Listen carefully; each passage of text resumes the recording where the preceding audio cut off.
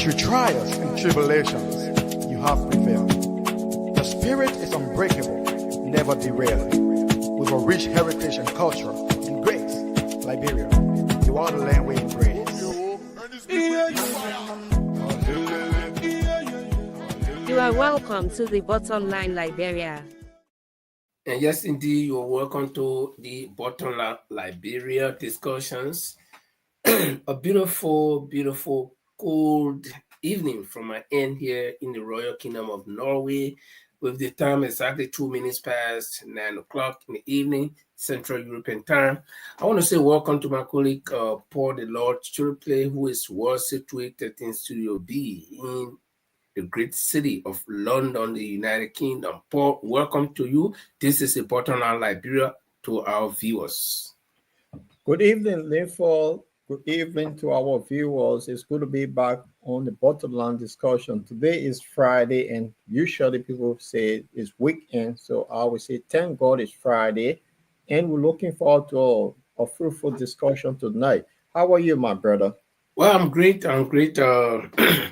Just to announce that we've been having snowfall for the past 3 days now. So normally at this time, when we in December, we are in the winter, because we need to have what we usually call the white Christmas. So the snow has been falling. People who have not been able to move their cars for the past 2-3 days, the tires up to the door is covered with snow. So yes, we are in it, and we expect more snowfall until up to Tuesday. Then it's going to break, and then stuff like that. But it's good. All is well, and we thank God for life, and it's good that we are back here.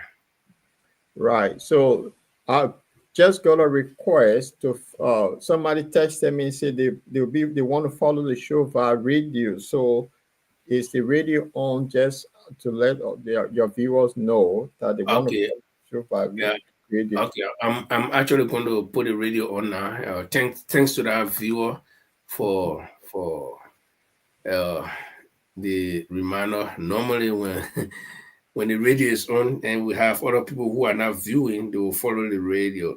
So I guess the radio is on now, and so welcome to the Bottom Line Liberia in radio land, and then also in viewing land. So we can be reached from all angles. You can reach us from the radio, from YouTube, and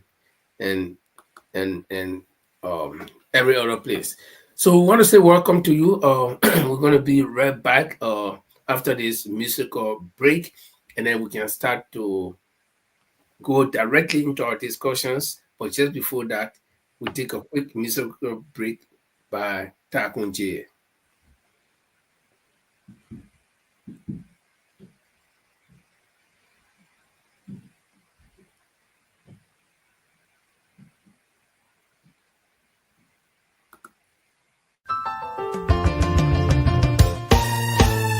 My people, where you at? Where you at? Wake up from your slumber, stop sleeping.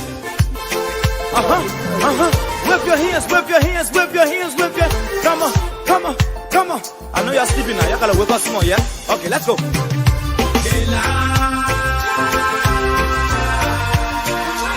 people who us, the people lie to us, the government betray us, so much. I said they lie. The people who us, the people lie to us, the government betray us. They can lie, they can steal, they will not go. I said we tired with their lies, we tired with their promises that left us to a lot of damages. We tired with that speech they preach indeed, and now unique they deceive us. The thing we saw, it frustrate us. So why can't you lie? Why can't you steal? Why can't you allow the citizens to be? You see, we just tell you that why we voted you. But you screw us. You screw us, you use us and later on abuse us. So why? The government should lie. Why? But that's the question that we ask. They lie. The people fool us. The people lie to us. The government betray us. They betray us so much. I said they lie. The people fool us, the people lie to us, the government betray us. They can lie, they can steal, they go knock the corrupt. I said, no one to trust. My people don't want to hope on. Nobody. My hope that I have been broken. I'm telling you, brother. So where are the schools? Where are the roads? Where are the jobs that they say they could afford? But they're too selfish. The people tired with their rhetoric. People tired, they tired. You see the reason why we ask why the government betray. They have enough of time, but yeah, then instead they delay. People suffer. No work for people crying for hunger. Look at. Your vision and your mission, your intention to the nation, they poor. You got nothing to show. Nothing. So why? The government should lie. Why? But that's the question that we ask. They lie. The people fool us. The people lie to us. The government betray us. They betray us so much. I said they lie. The people fool us, the people lie to us, the government betray us. They can lie, they can steal, they go knock the corrupt.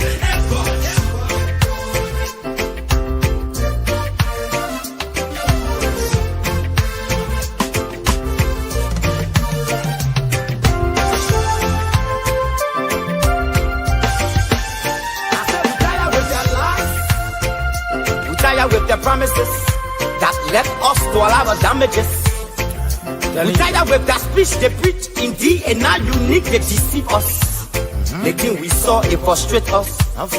So why can't you lie? Why can't you steal? Why can't you allow the citizens to be? You see, we just tell you that why we voted you. But you fool us. You screw us, you use us and later on abuse us. So why? The government should lie. Why? But that's the question that we ask. The people fool us. The people lie to us. The government betray us. They betray us so much. I said they lie. Well, welcome back to the Bottomland Liberia discussions. We are here this beautiful Friday evening. Today is the 6th of December 2024, meaning that we're some 19 days away from Christmas. This day, Christmas, is a day that at least we from Liberia, no matter where we are, whether in the diaspora or back home in Liberia, this is a day that we gather together as family. We visit each other, friends come over, and just a merry-making day, whether you're Christian or not. And I observed that even a long time ago when I was a little boy, I know what's the situation now in Liberia. We used to have our Muslim friends, small boys, join us as we all celebrate Christmas together. So Christmas is coming. We are 19 days away from Christmas. I don't know, Paul, whether you're feeling Christmas feeling now. From October 1st, the people started playing Christmas music in the West here, and they started encouraging people to buy goods. It's however much it does. So yes, everybody putting pressure on the kids are putting pressure on their parents to buy them Christmas present. It is where, and to our viewers, we want to say welcome to the Bottomland. Today will be diving into have Liberia won between Fanatic Kofa and the majority bloc. We're also going to look at the EPS. 4 officers were suspended. On what ground? So the show will be hot today. Help us to share the show. So talking about that, Paul, I'm not cutting, but talking about that, not only that the Supreme Court has rendered a decision, but there are individuals who also have personal opinions expressing it. If we have the time, we'll be reading some of those comments, because I got like two things queued. And also Councillor Kofa himself has posted something on his blog, or on his Facebook, sorry, and also Representative Yaka Kolba posted something. So we'll be looking at the bits and pieces and adding all together. But the biggest question that Liberians all over the world are asking is that the Supreme Court did not take a definitive,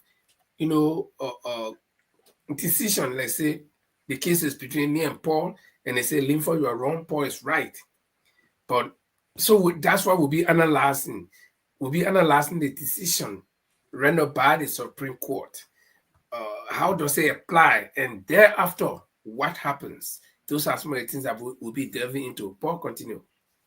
Yeah, so we'll look at Phoebe Henry will be joining us too this evening to dissect what the Supreme Court have come up with. So it'll be interesting, and we're asking our viewers to kindly share this show on all your platforms, because the conversation is good. I guess Phoebe is sitting in the background already. He's ready to fire. So let's see if we can bring on Phoebe to have the discussion. Well, let's bring on Phoebe. I want to say welcome to the Honorable Phoebe Henry. Phoebe should have been in the House of Representatives had he been elected. And I think I want to believe that they would have been in the center of this thing. And I don't know which side he would have been on. But let's say welcome to you, Phoebe. Thank you. It's a pleasure to be here.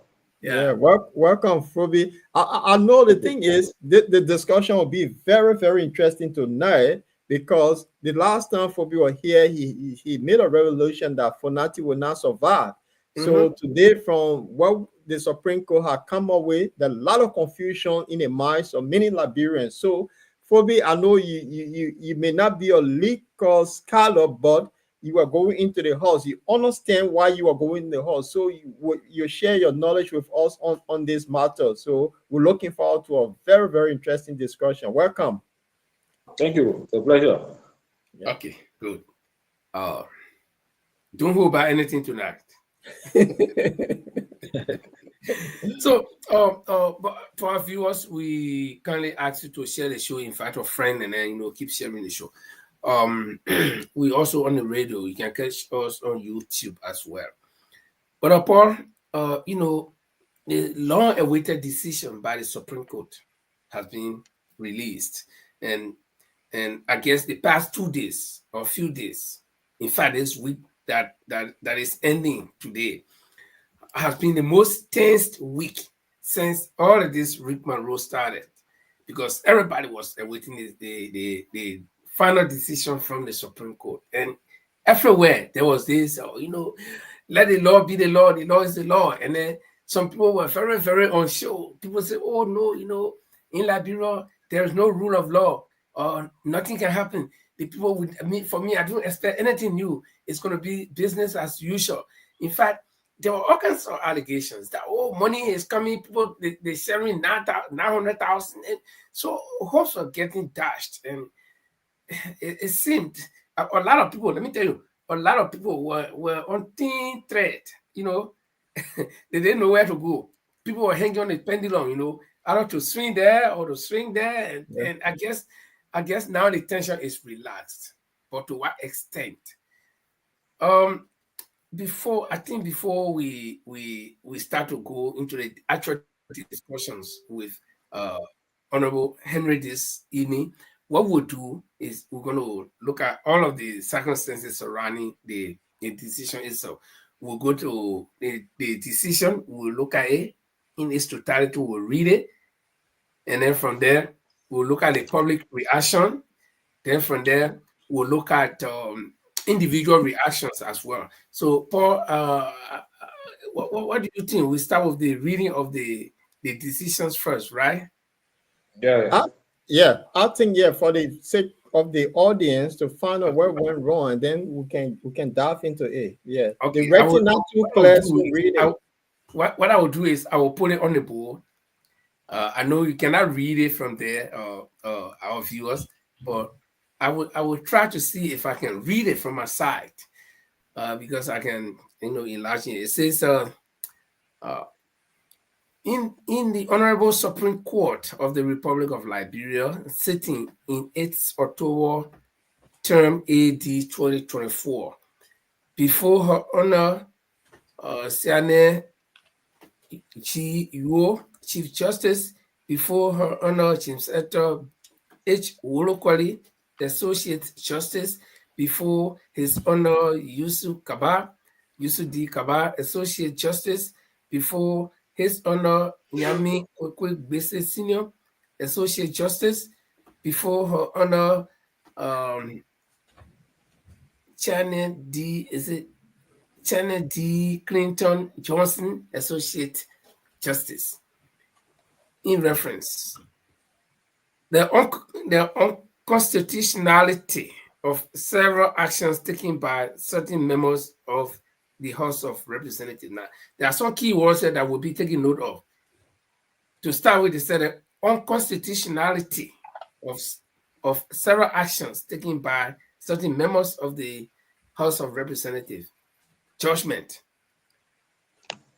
When this case was called for hearing, Councillors James F. Pierre and Arthur Tama Johnson appeared for the petitioners. Councillor G. Vani Sherman Sr. and Garrison D. Yelu Jr. appeared for the respondents. Councillors Augustine C. Faya, Solicitor General of the Republic of Liberia, Jerry D. K. Galawulu, Assistant Minister for Litigation, and Joel E. Theory, Assistant Minister for Economic Affairs, appeared for the Ministry of Justice. Having carefully examined the contentions of the parties, listened to the arguments on both sides, and considered the laws relevant thereto, it is hereby, okay, that's the first section. Forgive me, I'll be reading them bit by bit. Let me see if I can get the next one. Forgive me, sorry. Like I said, they are in bits and pieces, so I don't know where to get the next one. But I should have it. Okay, here we go. Okay.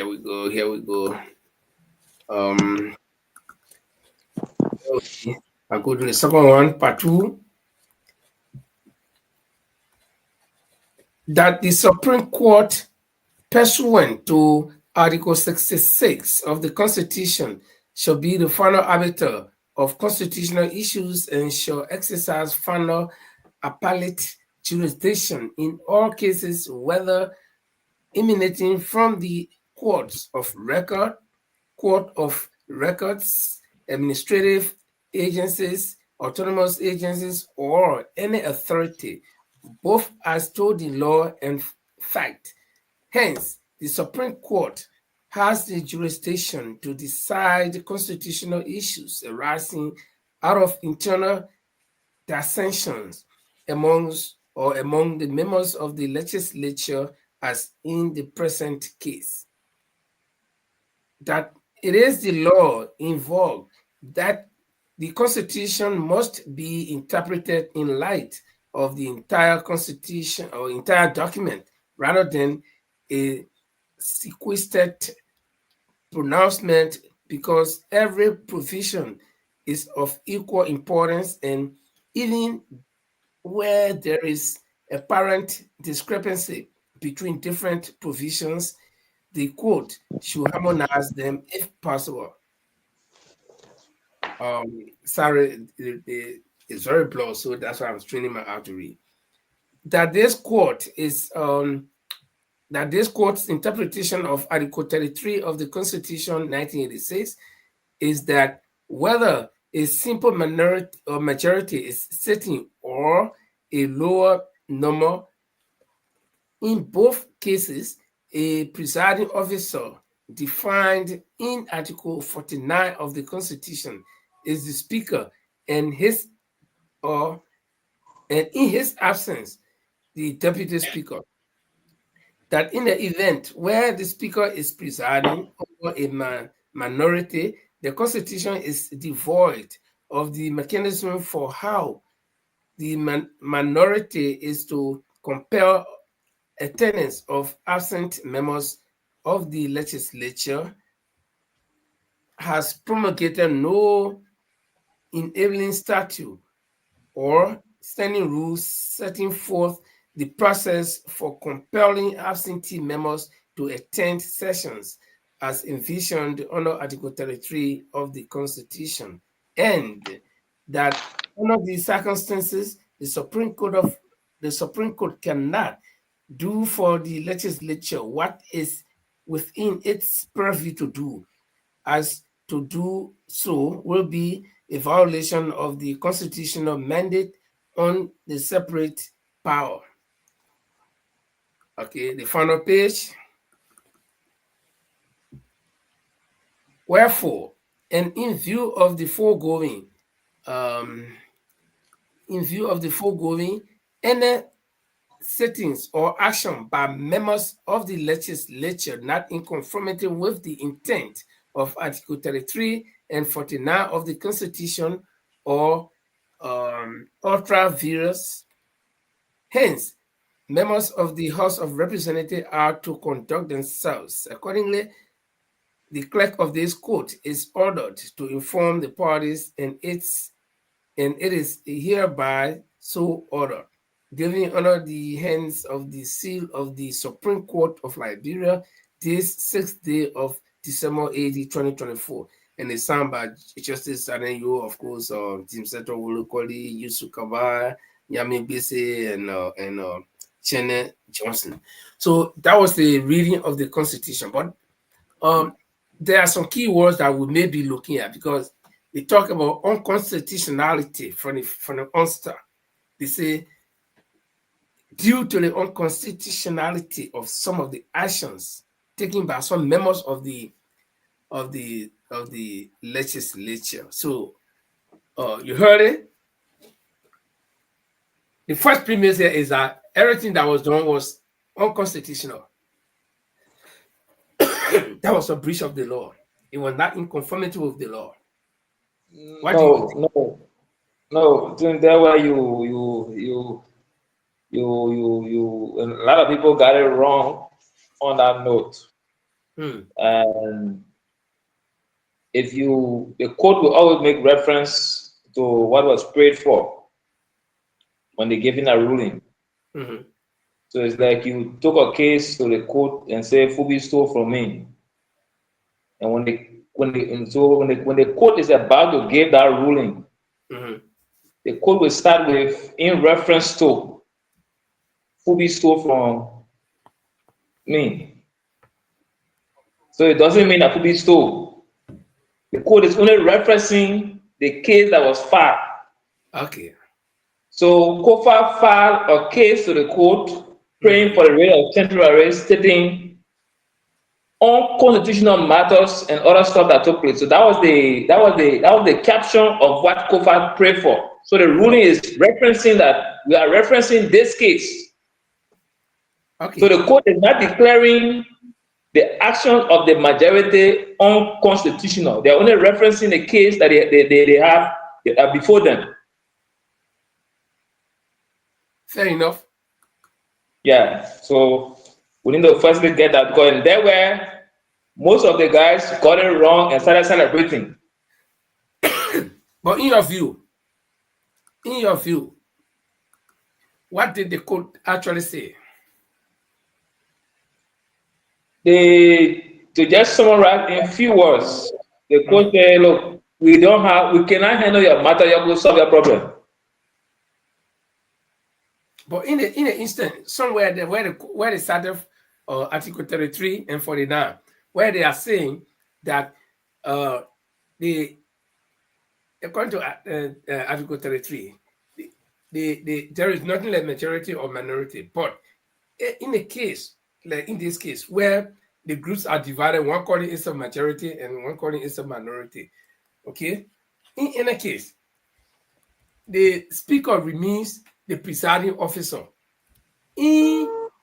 While he is present, he should be given that power as presiding officer. If he's not there, the deputy should preside. And in this particular case, the speaker still remains on the ground. He's not absent. So why are the guys away? Being present doesn't mean that the speaker must be in the country. They're not the president they're talking about. Being present doesn't mean that the speaker, should be at Capitol building. That's not the president they're talking about. The speaker is not member of the majority bloc. The majority bloc have voted no confidence in the speaker. So they are setting that they've been having. The speaker will never be present because he has already been given a vote of no confidence. So you don't expect him to be present. So the next person in line, who's the next highest in line is the deputy speaker. Mm-hmm. So that's why I said, if the speaker is in charge of the minority, the Constitution didn't give any clue on how that minority can compel the majority to come to session. Well, so the record says that there will be a time that will have a minority bloc that the speaker will preside, but the speaker will not have that. There is no mechanism put in place to compel the other people to come and join him. Okay, this is so just this is just the 1986 Constitution we are quoting. But in the House has own rules. The House has its own rules, and somewhere there, which I cannot quote now, but I think somewhere there it gives the speaker the power to compel absentee members to come to session. If they do not come in certain stipulated time, their seats can be declared vacant. No, the speaker does not have that power to do so. The speaker does not have that power to do so. The speaker is not the speaker doesn't own a house. No, not at all. The speaker is first amongst equals. Exactly. And the decisions at the legislature is done by majority votes and not by will and pleasure of the speaker. Okay, so he doesn't have that power. Or Francis come in. So what I want to do, let's forget about the normal. But if the four of us here were in the house, you are the speaker, and the three of you go to session, and I'm refusing to come, what do you do to get me there? No, so like if you read the ruling, even if you read the Constitution, Article 33, it said compel, but it didn't say how to compel. Yeah. If you go to Article 38, it tells you that the legislature has the power to set our own procedures and enforcement order. But that's what I was so there was no enforcement order, and when you read their rules, there is no enforcement order there saying this is how you compel people to come to session when they're absent. So it has to be done with majority. So to expel somebody from the house, it has to be done by majority vote. To suspend somebody from the house, it has to be done by majority vote. It's not a will and pleasure of the speaker. So it doesn't have that power. And that's what the Supreme Court also stated, that there is no provision in the Constitution that gave the lawmaker, the minority, the authority to compel. And when you read, and all their rules that they also made, there is no rule that gave the minority power to compel their members to come to session. So the power of the House is vested in the majority and not the minority. So the speaker cannot prevail if the majority is not on his side. And that's how the majority made sure when they had their session, because when you have simple majority, you can conduct business. And the next thing they did was to ensure that they brought the deputy speaker on board to preside. Because by Constitution, he has the power to also preside. If the speaker cannot preside or it has been declared there's a vote of no confidence or he's absent. So in that case, vote of no confidence means that the speaker will not be presiding over us. So who else is the next? Mr. Deputy Speaker come and play that role, and he accepted. So that made the sitting of the majority black legitimate. It's not violating Article 33. It's not violating Article 49. Right. This is interesting, Phoebe. I mean, let's go back to the ruling. From what the Supreme Court have done is send it back to them because they have no jurisdiction over the group in the House. So are we going to have this scenario that you have these two groups going at knucklehead, or how this going to play out? Fanatical Fasty or Speaker, the majority bloc elected their own speaker. Do we have two speakers today? Because we know we were told that budget was sent to the clerk of the lower house and were presented to the majority bloc. So where are we heading? Speaker Kofa is living on borrowed time. Like I told you the last time, it was just a waste of time. The good dancer knows when to leave the stage. And he chose not to leave the stage when he should have left the stage. So at this stage, he got no option but to be, he did a post. Then he's going to reach out to his colleagues and he's going to work on his transition. Transition to where? So he knows that it's out, it's game over for him. So those that were celebrating victory, they celebrated initially out of ignorance. So based on his post, when he reached out to some of his colleagues that are in the majority bloc, when he can pull about 4 or 5 persons from there, he may have the quorum. So where are we heading? Because this thing looks like it's just going to be ugly. Until he has quorum to do business, he's not speaker. So the majority decision prevails. And nothing you can do about that. Let me disagree a little bit. Francis have a thought. Yeah, Francis will come, but let me disagree a little bit. You are saying that he's not speaker, but they have not removed him in a proper channel because they have in their own house they have their own rule. It says you should, if the 4 of us here we are the house, we want to move you, we should lay the case against. We should first have that number and then lay the case against you, take it to our chamber, take it to the law, to our own court and judge you. But we can't just say, okay, we don't want you, so that's it, we don't want you. So why are you saying that he's not speaker anymore? Because the other people are in majority, but no proceeding have been done. No, if you read Article 49, they didn't tell you due process. Article 49 simply states after we talk about you have to tell you can elect the speaker and other officers, and you can also remove them for a cause with a resolution of tutel. They didn't say due process. The due process came in within their rules, and their rules does not supersede Article 49. So they just need a resolution of tutel to remove him, and they got a resolution of more than tutel. 50 persons that signed a resolution and they use that to remove him.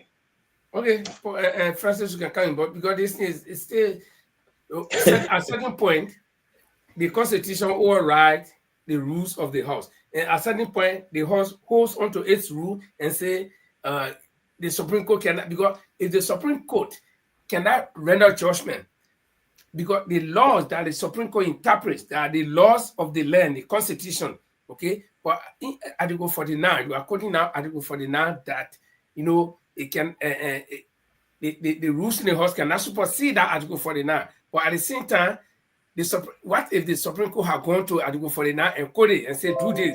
Wouldn't they do it? They would say, no, we have our own rules. So it's so sticky, it's just very unclear. But Francis, you can go on. Look, I think the crafters of the Constitution at the time, they made some,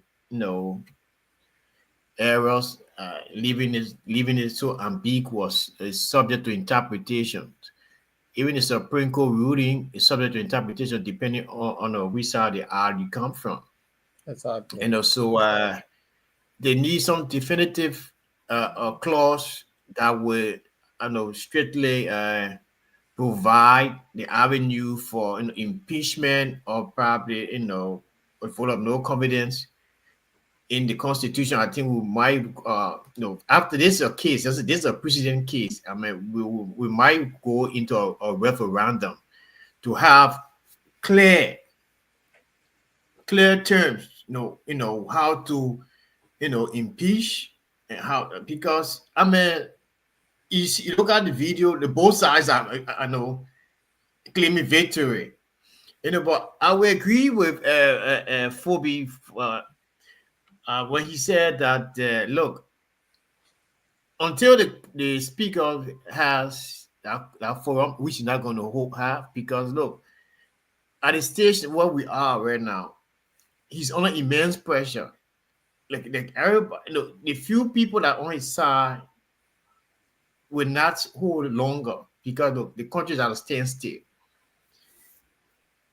In a week time, in a 2 weeks time, Honorable Kofa will do the honorable thing. But like you know, all the other when speakers. people decide this all the time or say this, then I wonder why people don't think that people could come from the majority black side and come to Kofa side too. Because the thing is, it's balanced as it is. The difference is that big. No, at the stage where we are, I mean, it's very unlikely. It's very unlikely. The probability is 0.1 upon 0 for the people in the majority group to reduce. Because that's the exit point, not the only exit point. Yeah. So one or two person of a Kofa group or that jump and say, my man, don't retire with it here, let the man go.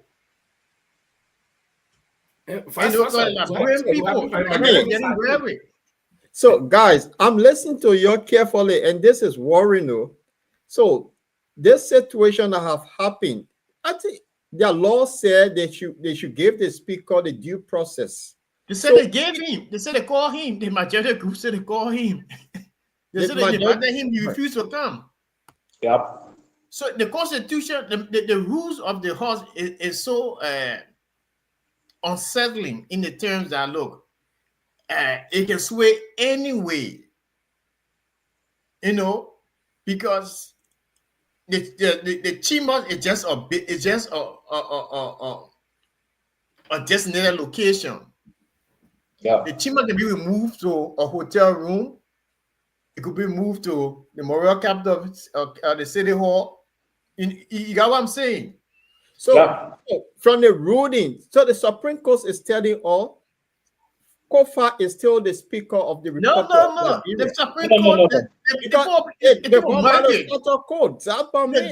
they just made it. The Supreme Court was not definitive. They told us, they quoted all the articles. The Constitution said this. They quoted the power that have that invested in them. Invested in them to go into rulings, to mediate, to adjudicate, complaints. But at the end of the day, they say we cannot meddle into your problem. That's it. Read page 3 of the stuff that when they constitution, I gave us, but they put him very serious. It's simple terms. Like, we're not ready. You take all your thing yourself. Okay, that's what I'm saying. Let me ask you one question. Let me ask you one question, because today I watched all the live. At the end of the decision, the journalists were asking. I didn't get the name of this guy. One of the representatives in the majority side. They asked whether they are ready to go sit down under the gavel of Kofa. He said no. A colleague. Okay, and then they also asked other people. Then they call you, right? Yeah. But the problem here is, what if? See me, because people keep passing the judgment that people will leave Kofa side to go. But what if people start to leave the majority side coming to Kofa? What will happen? And then you got like, okay, let's say the two turn, right? It could be coming, but it will be a stalemate. Yeah, but let's put it this way. Kofa got 30. Let's just put it this way. Kofa got 30. The majority get 43. So what if about 8 people, I'm just being hypothetical, 8 people leave, the majority come to Kofa. So Kofa will be having 38 and the other people will be having 35. So then tell me, no, why you keep saying no? It will have anything can happen. It's improbable. They did not have session. The majority did not have session. Improbable. It's highly improbable because those guys enjoy what they're doing right now. They get all the benefits. They go to session. They get all the benefits. Yes. You go to Kofa side, you won't get no benefits. So why would they want more benefits? No. They gotta pay. They all got pay. No, you can get your pay, but you got benefits. I got benefits. I mean, the horse, the executive committee, all the committees are all in the majority side now, my brother. I mean, I don't. Well, no, let's turn it over. I mean, let's have a roundtable discussion. Anyway, but I think we need to hear from Fubi. Fubi, let me ask you this question.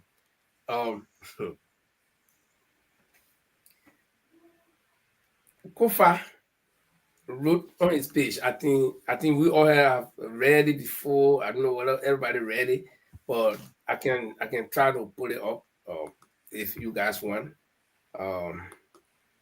Let me see what he wrote here somewhere here.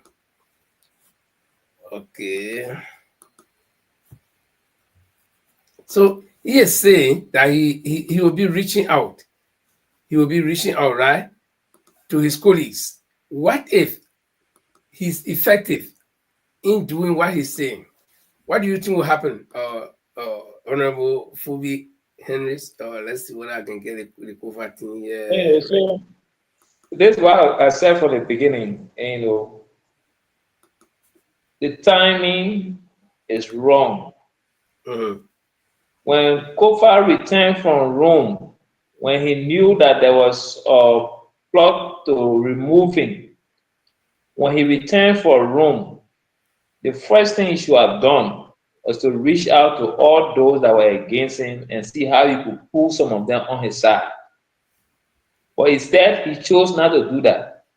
He got on the radio, he got newspapers, he got different media, all that, Facebook and other stuff, and started calling the police criminals. That he reported to the LACC and he wants to audit the house. They don't want to audit, they don't want audit, and blah, blah, blah. So he already blacklisted them to the public and made them look like criminals. Then now that they already see that it's just a matter of you're at the edge of the cliff, and it's just a matter of just giving you one push to throw you down the pit. Then you say, okay, man, you can't let me negotiate, let talk, and you have me speak up. And anybody that will accept him at this moment, then they're not in a right man. Sorry. Any of those majority black that will member from that black that will jump Kofa now with any sweet talk to support him, something seriously wrong with him. The time he should have done it is over. The time he was in Rome, he ordered the guys to stop the guys from having session, insulted their mother, threatened to kill them. The guys moved to the joint chamber. He sent people there to pepper spray them while they were in session. So you have done all of these things. Then you come at this stage when the guys know that like the man, let's just nail the coffin and put it in the grave. Then you say, look, gentlemen, let harmonize this thing. Anybody that accept it, stop now. Something wrong with them. Now I'll tell them, and then member of the majority by listening to Kofa right now, something wrong with them. They just time to nail him, get him out of the way. So others should learn. The house is not about law, it's about majority. If you understand that, you play with it. You don't get the majority support, back off. No decision in the house is taken because you're too clever. You need the majority. For me, the way the precedent has been set now, that this guy, he's going. So in the next 3 months or so, when Fanatic Kofa resign and Kun takes over, 3 months down the line, you could have a group of people coming together to the same way they remove Kofa to remove the next person. So the precedent has been set, because this is what the Supreme Court is saying. They came out into their business. So whatever the guys do, that's where the precedent they have set now for going forward. That's how I see the whole thing. But yeah, that legislative politics. Right. Once you get the numbers on your side, you run the show. So Kun now being the speaker, If Kun doesn't manage those that made him speaker, they have the right to remove him. He not, like I said the last time, when you are elected speaker, you're not serving at the way and pleasure that bring people first. The very first way and pleasure that you serve are your colleagues. After your colleagues, then the umbrella extend over the entire country. Because it's your colleagues that made you speaker. All of you were voted, all of you got one equal vote in the house. Nobody got more vote than a friend in the house. So being a speaker, it is a privilege, first amongst equal. So when you are given that opportunity, you have to manage it. And that management is how you relate to your colleagues, how you ensure that they enjoy your confidence and they stay keep that.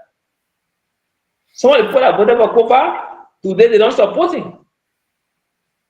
They are supporting the Kun Black because Kofa didn't manage that relationship. It is troubling though that law people that we elect to be lawmakers on our behalf as a nation, that they will disregard the law and say the law does not work, it's only about majority.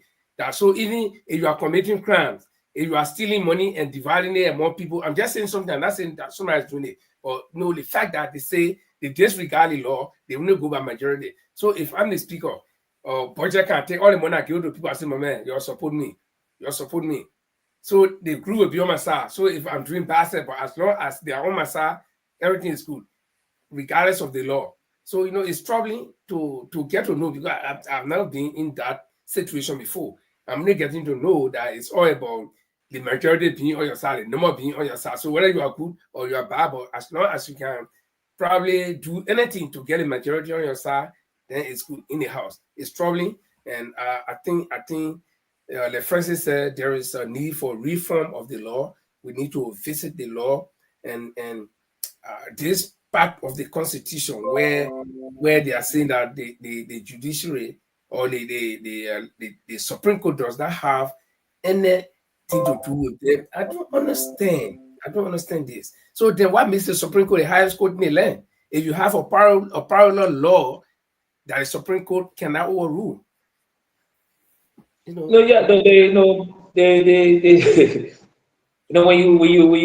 you take your time, you look at the Constitution. First, I'm not saying that because of the majority rule you should be lawless. No, that's not what I meant. No, I was just citing my own event and my own instance. So the Constitution have the majority. The whole thing runs around the majority. So as long as I have the majority, what I'm doing bad, or the majority on my side, we can continue. Nobody can, do anything. Well, that's the politics, but that's democracy. The majority must be on your side. Whether you qualify, you don't qualify, majority must be on your side. So that one we gotta live with it because I will accept it. But the issue about the higher decision making body, I think I know what I said in the last time here or on the platform. I know Article 66 tell you that the Supreme Court is the higher decision making body or higher arbiter of the law and blah blah blah.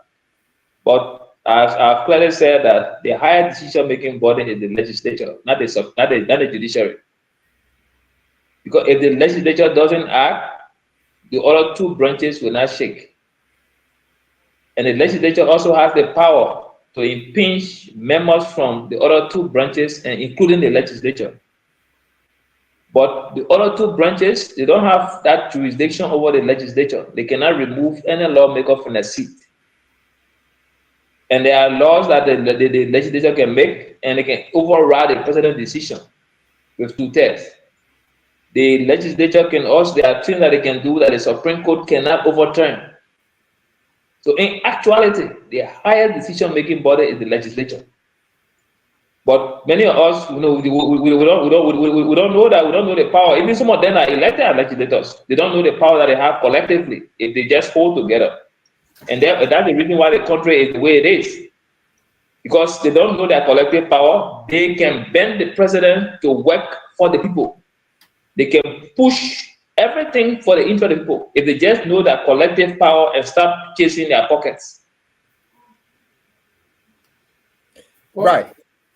Francis, before you guys come in, this is interesting though, and Phobia, I want your view on this. Lately, the former president George Manuel Weah has come out to talk to his sedition legislature.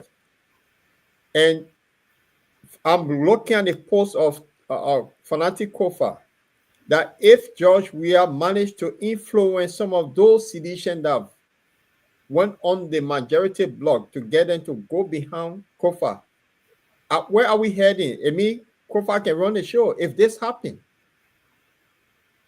Kofa got less than 30 persons, and I think the amount of sedition that on the other side, I think like either 4 or 5. So if you pull that to him, he still doesn't have quorum. It ain't change anything. So it's not for me, it's not about sedition and about that. Kofa didn't manage a relationship with those guys. Some of those guys voted for him. He gave them money, he lobbied with them to vote for him. But after he won, he started on and he had his own team you're working with. And when you build clique and fence around yourself, others are not happy. Like I said last time, when you have a woman, somebody wanted that woman before you approach her. And you were successful. So it doesn't mean that because you have one now, nobody will come back to back up. They will keep marking. The little mistake you make, they will take off from you. And that's why he had to live with that faith. John Weah will not happen. John Weah will talk, but it will not happen. Those guys were sedition, they became representatives, but it doesn't mean that they gotta remain sedition for the rest of their life if the party decide to ostracize them. You saw what is that mean? But for Jimo, you did the party when you won your first election. But here, when the party fell, he joined CDC, he went by and still won election. So it's not so much being sedition or maybe you win. You just know how to have, you need to know how to manage your people and how to play your political game to win your election. So the party can decide not to support them or move them from the ticket, but they can still go back and win. Okay. Because a relationship. Let me question a little bit on this. The horse's rule that talks about gathering 49 names. If it is all about majority, so 73 people in the house, somebody gets 30, the other people get 43. But then in their own rule, they say you should have 49. So wouldn't they abide by that 49 rule? Are they going to put it aside and say, okay, simply because we got little number over the other people, so we are majority and then we can be impeaching? No, the Article 49 clearly states 2/3. So when you do the 2/3 of the total number of 73, that's how you got the thing 48 point something. So that's how you run it up to 49. So besides that rule, it is as per Article 49. It's clear. So that's how they get the 49 votes. Yeah, so if you fall short of the 49. Yeah, if you fall short of the 49, you might not move the speaker automatically. But if you're able to prevent the speaker from having quorum, which they were successful in doing, then you make him cripple. He cannot work. So a speaker that cannot make sound is not a speaker. Nobody wants a speaker that can make sound out of party. So you put an amplifier to play, no music, no sound coming through that speaker. It's a wasted speaker. Okay. So nobody wants to use that speaker. So they were able to cripple him at that end. So the next thing is, before even they went through, they had 47 signatures. So they just needed 2 more to close that deal. So out of the 47, they managed to get 3 more to sign. And when the 3 signed, they used that and they nailed him. So they got 50. So they didn't violate. They didn't violate Article 49. But as it stands, the number is no more 50. It has shrunk. But I want to get something straight here. Okay, it's going to get 2/3, which is 47 point something, 48 point something, 49. Now, maximum they have 50. But if the number shrinks back to 45 or 43 or 40, and then they say they are in majority though, and then they say they cannot attend Kofa's session, then let's say Kofa say meeting a regular 30, and they will tell us, say, okay, we too will not come to your session. So what happens right there? Because they will not having 73, they will not be having 73 at all. So what will happen? Will they be hosting at 40 people or 43 people, and Kofa will not go anywhere? What will they do to Kofa people? Because they cannot compare Kofa people to count. In their own law, there's nothing that can compare anybody to count. What will happen there? No, so at this stage, they have majority. At this Yeah, stage, you have majority, but majority is not the whole house. There should be 73. Yeah, I know. So 30 people will be away and you get 43. So how do Article- you cannot compare those people? Are you going to sack them or what are you going to do with them? Article 33 gave them the power to do business. So they have the business. So then what happened to the people? Okay, they will not pay them, but the people I'm coming. Uh-huh. Article 33 gave them the mandate to do business for the country. So they can work with the Senate, they can work with the executive, they can work with the judiciary, they can work with other international bodies. I agree. So those who decide to go to session, represented and represent part of the country too. They are people and they are not there. Those who decide not to go to session, the majority can take decision against them because they got majority. Unlike the case of the minority, they say the minority should compel. They didn't say the majority should compel. So they're not meant to compel them to go to session, but they can take action against them for absenteeism. They can decide to suspend some of them to do whatever. So they got that mandate. So they already got a mandate to do business for the country. And part of that business is to issue warning with a majority signature. Because only the majority voice that will count, not the minority. So, I mean, this is fascinating, Phoebe. If Fanati refused to go, they're trying to get him to resign. He refused, and the number that he still have with him. So, I just looking at it from a diplomatic standpoint.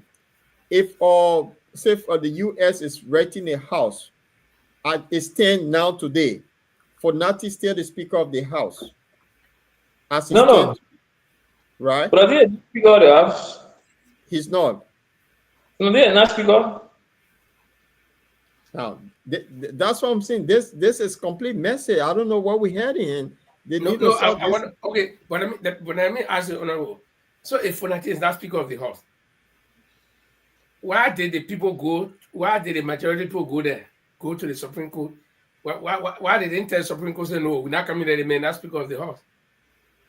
No, they did because of respect. That's all. But they were not under obligation to go to that Supreme Court because the Supreme Court does not have jurisdiction over that case, and that's why the Supreme Court ruled the way it ruled. No, they just did out of respect. If I was in our house and our Kun was a speaker, I will write the Supreme Court and tell you that you have no jurisdiction on this matter. So stay away. The audit should have done. Write down a nice letter. Quote the article of the Constitution and tell them say you have no jurisdiction to talk in this matter. And not even say representation. But out of respect, they went there. I think they were gambling. They were also gambling, hoping that the Supreme Court would say, okay, the majority had they carry the day or go. They were gambling, but saying the Supreme Court did not render that decision, so it became that respect that needed to go there. No, I think the decision was preempted by everybody from day one. I mean, a lot of people, a lot of political analysts and the commentators and the pundits knew where the Supreme Court were heading. They would have done exactly what they did today. So, I mean, there was no surprise. Yeah. They have made a situation balanced, so both sides will rejoice, depending on how you interpret it. You know, how your lawyer will interpret it, how your lawyer will make you feel. So that's it. So wait to see that what happened in the coming days. He says like you will contemplate his next move or whatever it is, his transition. So it's clear. I can interpret that as he's contemplating on resigning. Well, yeah, what's the transition? If you're a leader, if you're a sitting president, you're a sitting speaker, what will you be contemplating on transition? Transition is a period in which I mean a new person will take over. You know. So in France, in another case, he could reach out to his colleagues and say, look, say you want to remove me the way you want. Let's go by and censure. Y'all do the right thing. Let me People not going back there. Let me get myself out of this mess that you put on me. But the man said he's going to reach out to his colleagues. So let's see how he's going to reach out to them. The politics that he will get the deputy speaker to preside so he can vindicate himself from this allegation brought upon him. So if he said he's going to reach out, maybe after they done the right thing, and then he will take his exit. So we don't know where he's heading. He said he'll reach out. Because so this whole thing, I think Councillor Kofa is trying to set precedent by law. Because they think that group of guys will just get up because they don't like you. They say, okay, we don't want him there. Then the pressure actually resign. Look, these are lawmakers. I've constantly said this.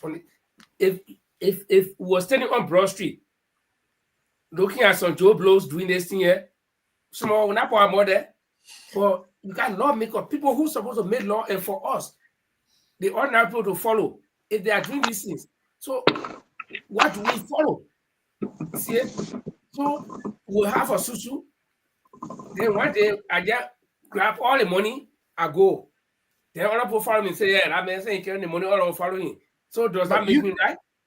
I mean, I carry all the susu money. So we get 100 people in the susu. 80 of them follow me because of the money. Then we all go. You give it the impression. You get the impression that this, I mean, these guys, the guys from the block, the 42 guys or the majority block, took decision in a vacuum that nothing happened. They just hit Funati. The people lay out the cost. Yep. And the issue of the business for any remover is a cost. Yeah. They say how he may inflate his budget. Yeah, but you do get the cost is accusation. Have you heard Funati Kofa of all the allegations they made against him? Have you heard? Have any of us heard his side? No. That's why he's saying I don't think Funati, nobody, not on the show now, can tell me that they have heard or they have seen any piece of writing from Funati Kofa that say I will not resign because I'm not guilty. No, they have not said it. He's straightly trying to get the thing through the law because their own law will say if you charge me, if you put all your allegations against me, bring me to our court, which is the chambers, and judge me there, and then put my sin before me. God, no judgment that we all talking about. You think God, you're grabbing Linford can go in fire? No, God will put me there and say, who is this? That who was sitting George Brown? God, that long list, that long list. You have two lives. The point I'm making is that all what they outlined there was your allegation. You had 10 lives before God reached to you. Because other people died before that God reached. No, the issue. He said Funati want to set precedents. There's no precedent that he wants to set because that precedent have already been set. Snow tested that precedent 2007. And the Supreme Court doing the same thing. That you might have, okay, but we don't have jurisdiction to compel the House on how the House decide our leadership. That was clear.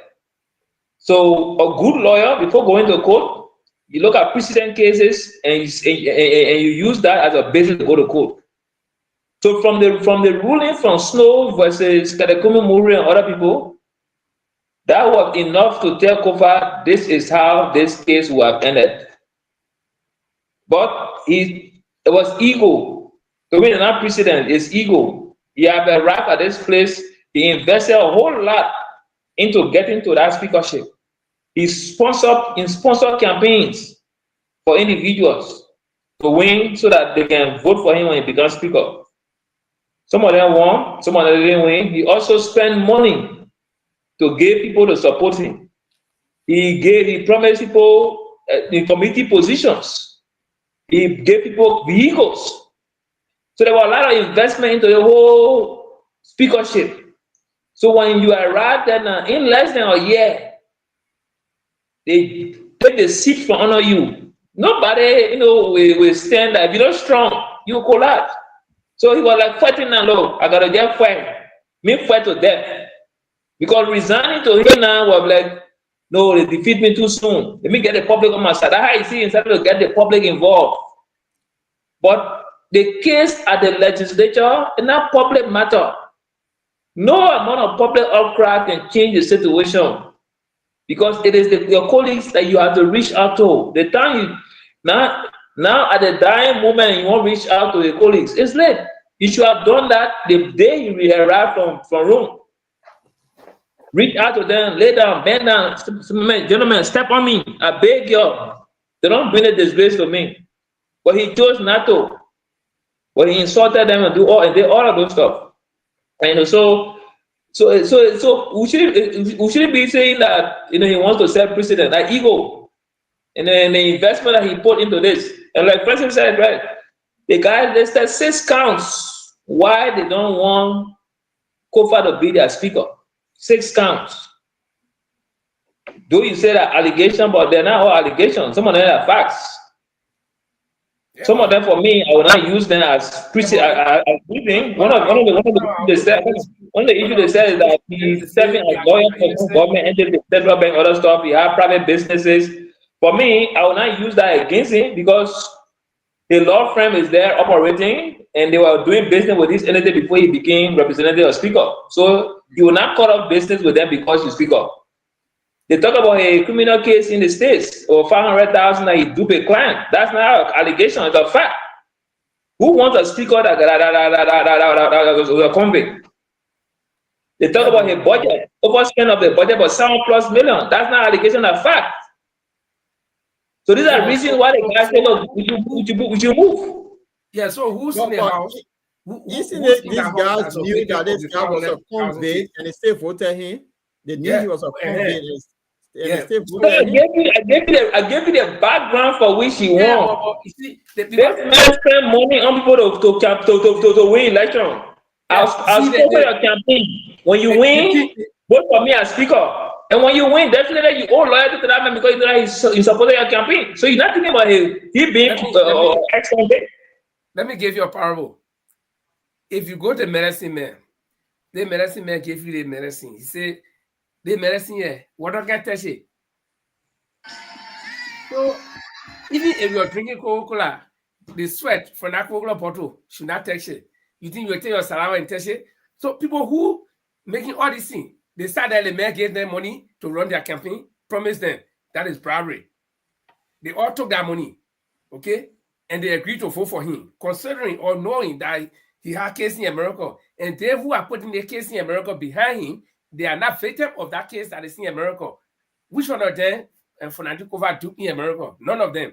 But the same money that Fonadu Kova allegedly do people in America was the same money that they took to vote for him. So they are all equally guilty. So how can they come? Because like I said, God will not tell you, say, I'm judging you for being drunk, or because you're drunker than God and say, get beer powder, sit on the table and drinking it. So tell me, so what's the justice here?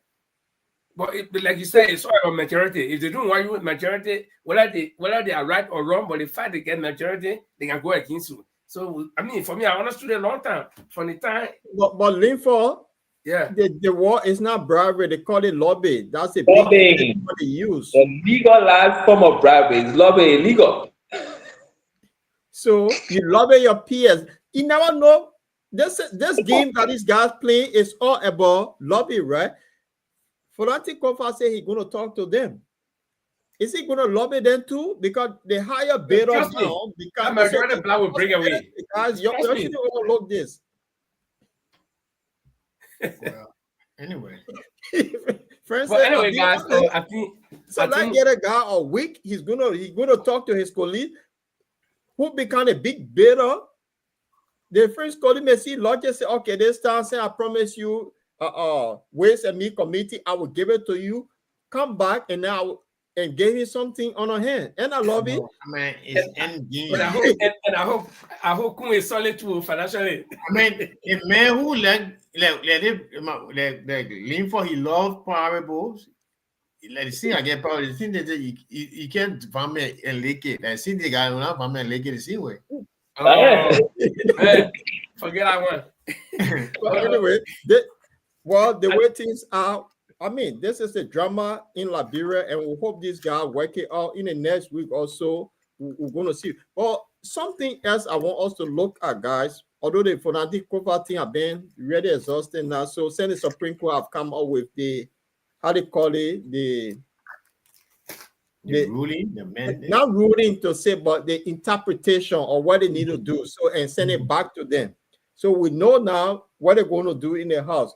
So wait for the next week, whether Kofa leave or he lobby his friends and get them back. We got to see. But something else happening, guys. I want to divert a little bit. This story about EPS, guys, I beg you, I got a little clip on this. Just look at this. EPS, 4 person was suspended, but the situation here about this EPS suspension is quite interesting. And I just want to play this 1 minute video that I pick up from an international news agent also talking about this EPS situation that happened. So hold on, let me see if I can get it up. Liberia's President Joseph Boakai has The security unit protecting Liberia's President Joseph Boakai has indefinitely suspended 4 of its officers for allegedly soliciting money from guests at the president's residence. Liberia's Executive Protection Service, EPS, says it has taken swift and decisive action over the officers' unethical conduct. According to the VIP Protection Service, the 4 suspended officers requested tips from people at the president's executive mansion and during national security events. EPS, through its director Sam Gaye, said on December 4th that such actions amount to breaching the highest levels of professionalism and integrity as VIP protectors. The service warned that disciplinary measures, including dismissal, will be taken against any officer found engaging in such activities. EPS, however, noted it is a few of its officers who are tarnishing the reputation of the service, with the majority of its staff serving Liberia with honor and diligence. The service urged members of the public to report any incidents of misconduct by its officers. EPS's values are loyalty, confidentiality, commitment, and courage. The service's main functions are protecting the president, his family, and other close VIPs, protecting Liberia's executive mansion and the president's other homes, protecting sensitive documents, and conducting security checks of incoming mail and packages. This story with the EPS have now gone viral, and the president hosted on some function, and these guys were asking for tip. EPS security. Linford, Francis, Ali, you have some security, but what's going on here with outbreak? They're going to that level. Is that without say because of they're not getting pay on time, or what? What's going on for them to be asking for tip at the presidential function? This is something not. Well, it is absolutely forbidding to have, to get gratuities, more or less to go and beg in the law enforcement, the police, the police and they call it immigration, the SSS, I got EPS. They do the same courses, but at certain time at the police academy, the branch are based upon your code of operation. So in the handbook, you're not allowed to even receive gifts. But I could say what triggered that is underpaid. And you cannot be serving the king eating chicken every day. You can't really have food to buy food for. So you're big. But against the code of conduct, against ethics, is unethical. That's the key word. It's unethical for law enforcement, especially the police, EPS, because it compromises the security of the president or those VIP. Yeah. So somebody can give you can beg for money, and somebody can offer you to probably eliminate the president or all of VIPs. I think that was a very good decision. Action taken by the EPS. Yeah, for me, what your take on this? Because there was international function the president was hosting, and what Francis said, you could undermine there's a breach of security. If you taking bra, some of those guys could go say, look, we know these people in Liberia, the security sector can accept bra, so we want to do something to the president. Let's call one of them, bribe them. What your take on this? Because it's actually out of place. Yeah, it's good that it's coming on now, but it's something that I knew long time ago, and I've said it to a lot of the guys, even with Madam Salif for securities to beg for money. With George Weah, securities came to beg for money. On all those guys, VIP securities, all the people, they are securities. I think one of the issues, they are not well paid. And that's one of the reasons. So if you give a man that kind of position and you don't pay them well, your security also becomes vulnerable because anybody can use them to break through the system. The good thing at Liberia is, quote unquote, a peaceful country, and we are not ready for those kind of activities. And that's why you see those presidents have survived through the different times. But the action, I don't know whether they're going through investigation, but for me, that should have been an outright dismissal, not even talking about suspension, an outright dismissal. There should be no place for that, and they should also revise their pay structure so that people at that level should be paid well. If you are to serve as security for the presidency, the peanuts you should be paid so that you can compromise the safety of the leader for your pocket. But for me, outright dismissal, that's something that should follow, not even discussed for suspension. Linford, this is embarrassing, because international function, president invite other people from other parts of the world, and this guy going around asking for tip. What a shame. To start with, I've not worked in government.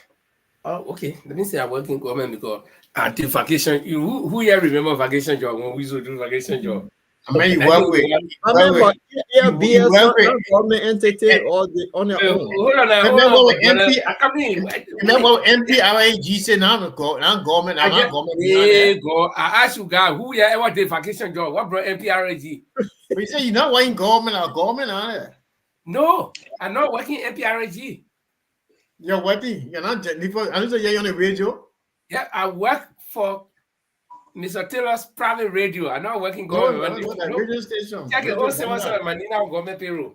I work for Mr. Taylor. In fact, 1990, I was captured and taken across the land. I started working October 1990 as a journalist through until 1999. I came to Europe. That one I can go to tribunal. I would say. I work the same way we had doctors working in Greater Liberia, teachers, and everybody working there. I'll do my own job too. And man, you show your Nina or any of the ghost name. Look, wait a minute. You show your Nina or any of the ghost name that you're taking government salary? Because anybody who work at LRCN or Kiss FM, nobody knew what on payroll. In fact, if you listen, if you anytime you should listen to one musical. Tomorrow, Robin will sing.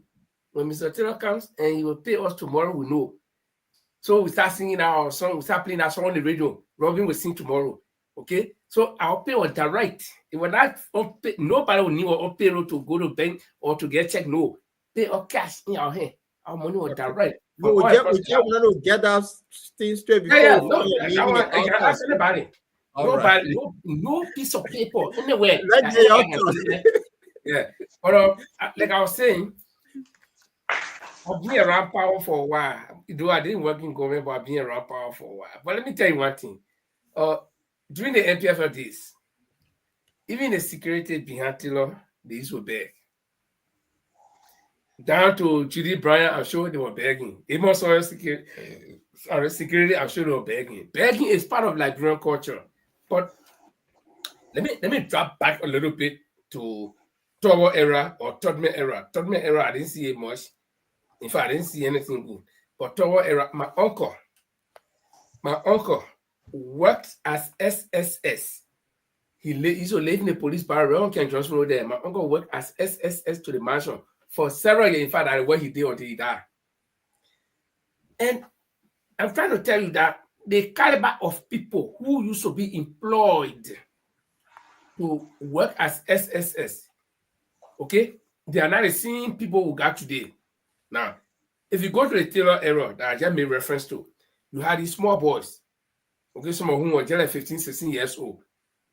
Even though Mr. Taylor used to take care of them, but the boys, they got the unsatiable taste for money. So they will ask you, even we journalists, they will ask, oh, but man, where you get, man, no, your son in that drive, you can't get your son in. And we're all friends. So we will see recently and get it. They won't get it the same moment actually that you will be here. Okay? So you employ youthful people, young boys and girls. Of course, they are very energetic. They don't want to do the job. But these are people who do not even know. So if I go to my uncle, I don't see any time that my uncle, who worked with as SSS, will go and ask anybody at the mansion for money. Because the caliber of people who were employed those days, there were people with responsibility. But nowadays, you take all the young boys, okay, and I think all this thinking about drinking water, where you have very young, small boys, up to 19 years old, serving as bodyguard for Mr. Taylor, for Prince Johnson, for all the other people. Okay? So looking at what you expect of them. Whether that make him $1 million in your pocket, he still feel that the $1 you get is good for him. So they pass it down on. They pass it on. And remember that most of the people in the SS NASA or in the EPS, they came from way behind, from the Ellen Johnson days. So the Mr. Henry was saying, they used to beg. So they used to it. And even as they age, they still used to it. They feel that even if you get $1 million, the $1 that you got is important for them. They want more. Because that's an orientation. So if I went to Liberia and I see anybody begging me, I wouldn't be surprised because we grew up in it. From Greater Liberia to Monrovia, to the point where even when I was traveling, people had to beg me for money at the airport. Coming from Liberia for the first time, people were begging me. So I know. But Linford, so these people, yeah. Linford, yeah. This situation, look at the president hosting events at his residence and at his. But that's a rectangle there because there where you get busy people. But then you think you compromise the situation with the president because if I'm a foreign person and you came to me to beg for money, I will get your contact number. If I'm friendly with some Russian mafia and not like the president, I'm being honest, this is compromise. You can't do this. Ethically, this will sound good. When you're speaking ethically, yes. Oh, yeah, he manning the president, so maybe somebody will make contact with. No, let me tell you. Yeah, I don't know about the present situation, but I will tell you about the MPFLT. There was no amount of money that you would give any of those boys that would make them to even think about doing anything. In fact, you do even try them. The moment you try them, you are on arrest right there. Whether you get them $1 million, you're on arrest. I'm telling you something. Commitment is different. So I cannot speak for them. But I know that if people are committed, they will not do anything. You see it? Let me go back to Phoebe on this thing here because it's scary though. It's very scary. Yeah, like I said, ethically it's wrong, but it's wrong. So think about it like that. The owner suspended these 4 people, but that suspension based on investigation, and tomorrow these guys could come back to work. But what I'm not saying here is instead of suspending them, or they need to do a background check to see why is it these guys are begging for money. Should we increase their pay for them to stop begging? Because not only the 4 people, as you said, Linford, is something that been around for long. So if they're getting $150, can we increase their people's salary to at least $500 or $600 for this nonsense to stop? Because this is endangering the presidency. That's how I look at it. For me. No, yeah, like I said, the root cause is something that we should all, we can't solve the problem from the surface. Just suspending them for me is not just the only option. Suspension for me, I say, I will already dismiss you guys. But after that, you have to look at the root cause and how to solve it so that at least you reduce whatever. Because people, they say you can, the market will not leave a black hand behind. So if somebody will love begging, they will continue begging, whether you get them 1 million or not. You know. But my point is, at certain proximity, if you are to be a bodyguard to the president directly, you can be paid peanuts. You can't be allowed to, after work, you probably find motorbike or starting to go home. You know, that there are certain privileges and benefits you should have that will make you a bit comfortable to know that at this stage I can relax. And it should also tie some benefits to you that you tend to lose if you compromise one issue and get dismissed for some misconduct. And those are some, because you know that if I'm dismissed today, I will lose X, Y, Z. If I stay on, these are the benefits I will get and continue to enjoy. So there's a whole package that you have to look at so that you have people working and putting their all. You know, besides just the loyalty can't put food in the pot. Loyalty will not pay the children's school fees, will not pay your house rent. So that was just your own internal, those desired benefits to keep you so that you will not find yourself wanting EPS security to the president, your children are in school. How does that feel? Your children sick, you don't have the money to afford their medical bills. How will you feel? And you say every morning the children say, "Oh, my pa has security for the president," but we can't cook good food to the house. Landlord behind you for rent, and you can't pay your rent when it's due. And you know, these are all issues that you have to look at. So at that level, you look at how do I make these people comfortable? What are government policies? The money, they stop. I always tell the guys, the money is not coming from your pocket. National budget. So find a way to take care of these employees at a certain level and the general country at large. But most of the time you see the top brass have all the money and those that are working around them probably got nothing to take care of their families and live better lives. And so we need to balance that. And that's why one of the guys posted about reconciliation last night. I told them, I said, when you reconcile the budget with to impact the life of the people, the country will be reconciled. But reconciliation is not having forum and coming to talk plenty. How are you lawmakers ensuring that the budget meet the needs of the people? That's the reconciliation we should be talking about now. That when we make the budget today, healthcare is covered good, education is covered good, basic infrastructure is covered, and all of the different things that cover. People can have the opportunity to do their jobs and get paid on time.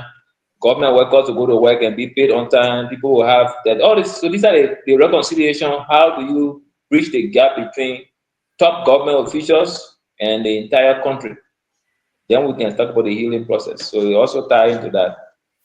I'll hold you right there because before leaving, Francis going to leave in a minute. I want Francis to chime in before he go. But for me, I want to be around for the next 10 minutes because something he just touched about the budget. Because we know the government has come up with their how they call it, prosperity agenda for the next 5 years on the budget, that in the next 5 years they're going to raise up to $4 billion. And so if these EPA guys will be around, be loyal, maybe they'll get paid. Francis, talk to her before you leave on this EPS something. Or someone, Raz, what do you think about Fanati Kofa, the EPS, before you go? I mean, just to sum up, I mean, Fanati, I mean, this is a zero-sum game for him. It's good that he's going to consult with his, with his transition team, so that will make it easy for him. There will be some healing process, healing along the ways while he doing consultation. And the EPS situation, again, those places are overstaffed. So the actual money guys should be making, they tend to split it. One person actual salary should be is divided to 2 to 3 persons. Yep. That's the reason why. Look, I can relate. during the days of what you call it, before the war, the SSS. I knew people working with SS. I mean, they were making like $250 Liberian dollars at that time, and in some point, even making 150. That was a lot of money. And SS were not heavily overstaffed. Like the overstaffing of the institutions came. It began during the war. After the war, it must have. Linford, we moved that thing from the wall. It just went accidentally. Amos Sawyer came. He came to overstaff it. The transitional group overstaff it along the way. So they need to reduce some of the manpower, because look, man, I saw a guy who graduated from Zion Criminal College. Hey, I think he went to the law school. So I still saw I saw the guy at the foreign ministry at the time the president was there, and I saw that boy holding rope. Still saying, I said, but I said, he told after being almost like 15 years ago. I said, yeah. I said, but he said, yeah. Man, he might got a college degree, and he says there, after so many years from criminal justice going to law school, and he's still hanging out there. So the government, before we said it right, we need to reconcile, the budget and the people's standard of living.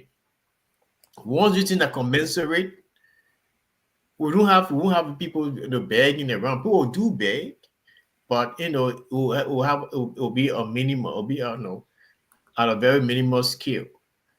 Well, guys, it was good catching you guys. Tomorrow is another day. I'm not gonna get on the hustle and the clock early in the morning. So.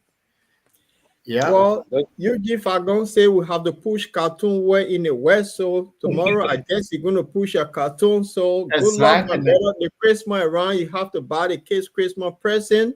And Liberia too. Like I said, the money they put in Liberia, bro. Exactly. That's why reason why working on Saturdays to send the money to Liberia. Yeah. But the interesting thing, after and by the end of the day, and my pay slip card, it get no cartoon rating on in the bank. The bank statement says, that's it. They all fresh and green, just to see more money in the bank, bro. Yeah, bro. I see you guys, man. Good catch up. Yeah. Okay. Yeah. So Phoebe will be with us for the next 10 minutes, so we can have. I don't know, but before Linford, you chime in, yeah. The budget still talking about this about the EPS guys. Yeah. I think Phoebe touched a very important point, and that was the same point I was trying to arrive at. No, people, there are two things working here. The first thing is begging in our culture, in our Liberian culture. I hate to say that, but it becomes, at some point, it becomes like a tradition that we have to ask people who we believe have what we want. I remember, even when we were beginning, we used to beg our man, my man, let me wear a shoe today, man. Even though you get, I'm not sure, but you think the man, I'm not sure, fine. You're going to dance. Yeah, you're going to dance, so man, let me use a shoe back. So begging, it becomes part of us. But then if you do it at a certain level, then it becomes bad, especially looking at what we're talking about in the EPS. Okay, ethically, it will sound very bad, but begging is not anything bad. Even the whole country is begging. We cannot go to other country and go beg for money. You see it? And like Mr. Henry was saying, increase the guy's salary. But again, who knows? You can give the guys $1 million. If the guy's a beggar, he will stay beg. You can, no matter what. So it has to do with the character of the people that you are employing. And again, nobody will read anybody's mind to know what the person will do at the end of the day. But let's talk so. You manning the president's children. The president's children can go out and use $10,000 just to eat small things, eat burger and ice cream and all that thing. You who manning them, taking care of them, putting your life on the line for them. When you go home, you even get the first car pay. You got to beg pen man to drop you. So if you see somebody who's visiting the president and you think the person can help you, okay. It doesn't mean that you're going to compromise, No, I don't know. Like I said, it has to also do with loyalty. I remember, most of my things I always sat across the land, right?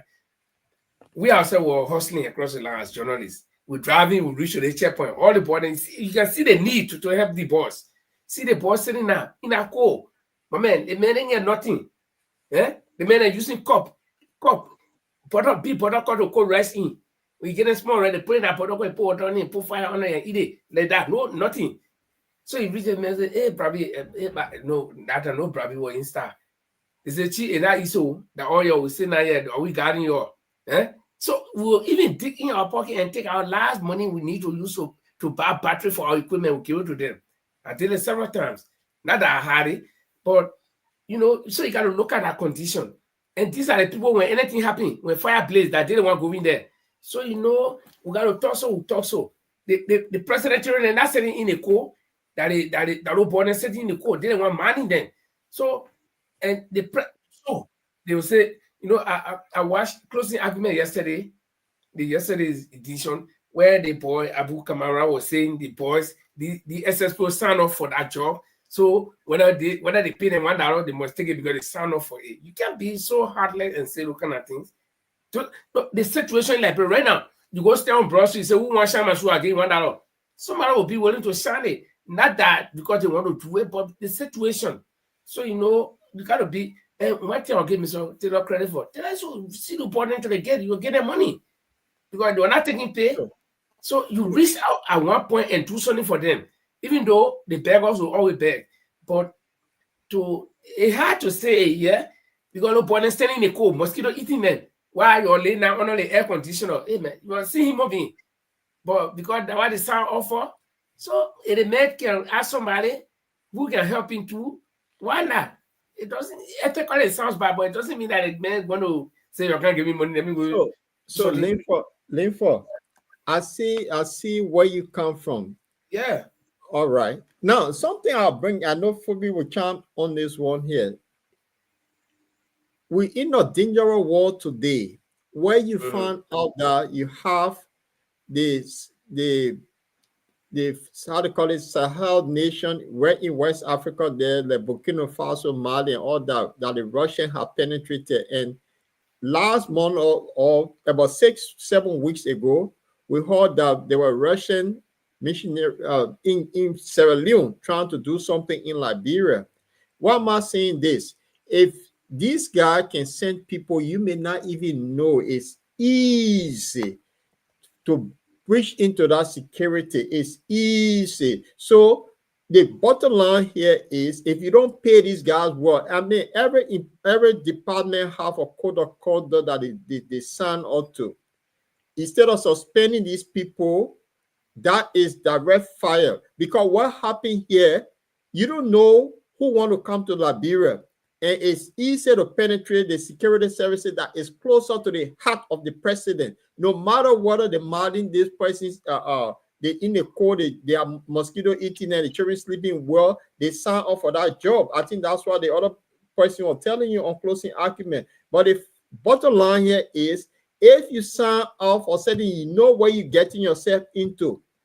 And if you accepting bribe, when the president is hosting a function, at that function, you don't know who is who, and then you begging for money. That's where it becomes more dangerous. Okay, I can give you money at that point in time. I can walk to you at some point and say, young man, what's your name?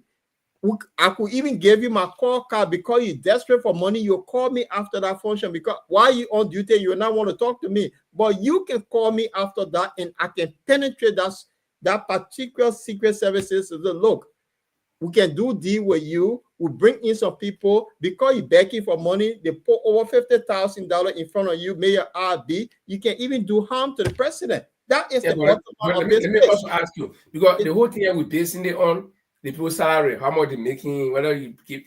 No, you can pay the man $1 million, sir. You can pay the man $1 million. If that man, if somebody kind of gave him $2 million, whether he beg or not. But if the person wants to pass through him to do something to the president, God forbid, and the person can say, look, how much money they paying you? You say they pay me $1 million and certify. Okay, say, man, so look, listen, remember that we got unlimited one. It means I can get 5 million, man. Man, we say if we say first 3 million in front of you, you look at it and you compare it to your 1 million where you're making for a whole month, but you can get it 3 million just right now. They make do anything. So it's all about loyalty, and again, it hard to know. This thing is hard. So like firing the guys simply for that, I think you should conduct a workshop. You should do refresher course, do something. Warn the man. Some other boy, they not thinking about that kind of thing. Or the one right after that, when that Judah is over, they want to go sit down to one bar and drink that small money. What they make it, the next day they leave small things with their wife. They're not even thinking about what you must say thinking about. Yes, it's possible it can happen, but that would not be the reason why they're begging. Because if the man wants to do anything, he will not say, I beg you, can't give me small thing. He will call you, say, look, I can do this. Give me the money. That you will struggle deal. But the guy is begging you publicly, say, please, let me go eat, please. I'm begging you. Okay? So it's a scene like you walking in the street, you see one guy standing, oh, you drop money in your hand. You know what I've been going to do with the money? What are you going to buy arm to go kill somebody? You don't know. But because you see the pity, you see the need to do it. Okay, so we got to see the Mr. Herons. Yo. This thing is serious. But Linford is looking at the side of the guys not getting paid. If you remember this, basically not that they're not getting paid. They're getting paid, but it's not much. The money is small.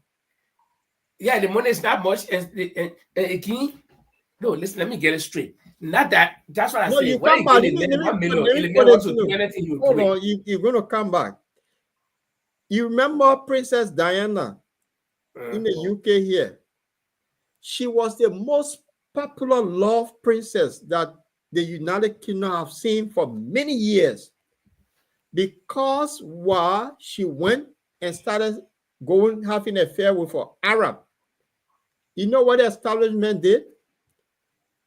They breached the security.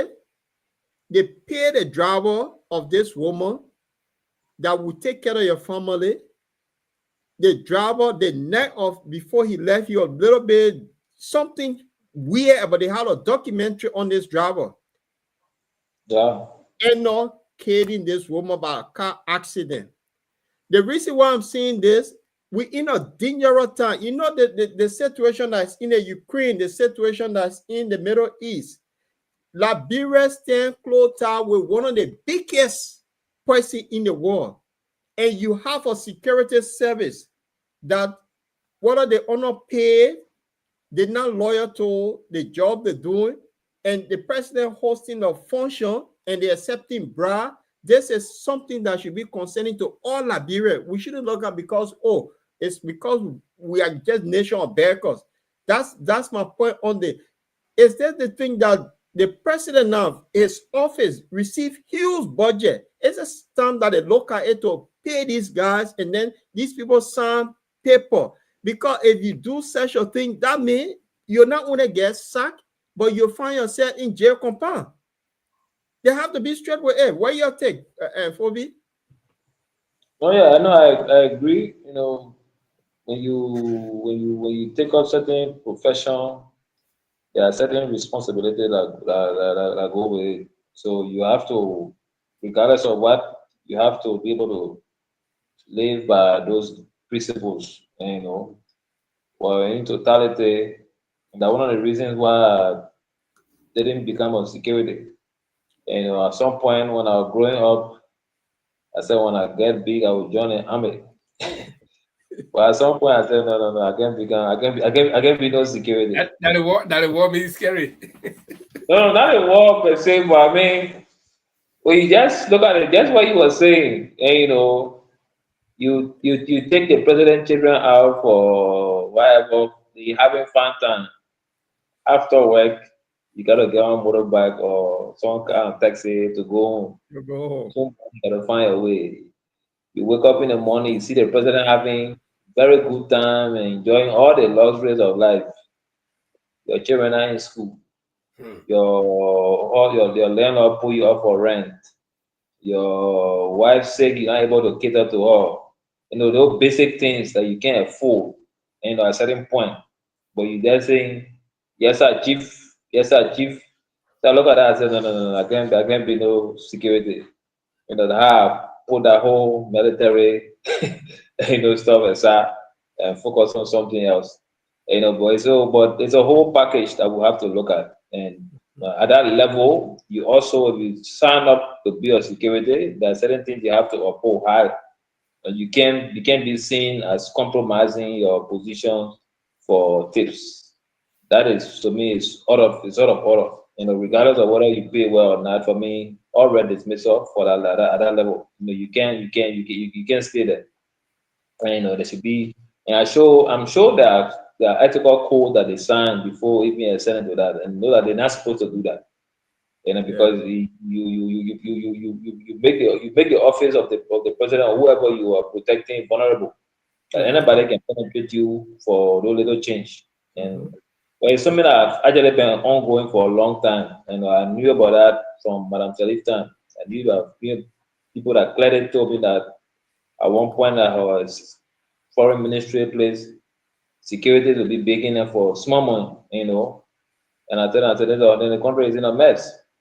That we have our security that will be at that level. We had time, I also experienced it. I knew these guys at high level securities, with the VIPs, they still struggle for basic things. And they ask, so the general thing I've been ongoing, and the mindset of begging the country is something huge where everybody, I agree with people lean for that.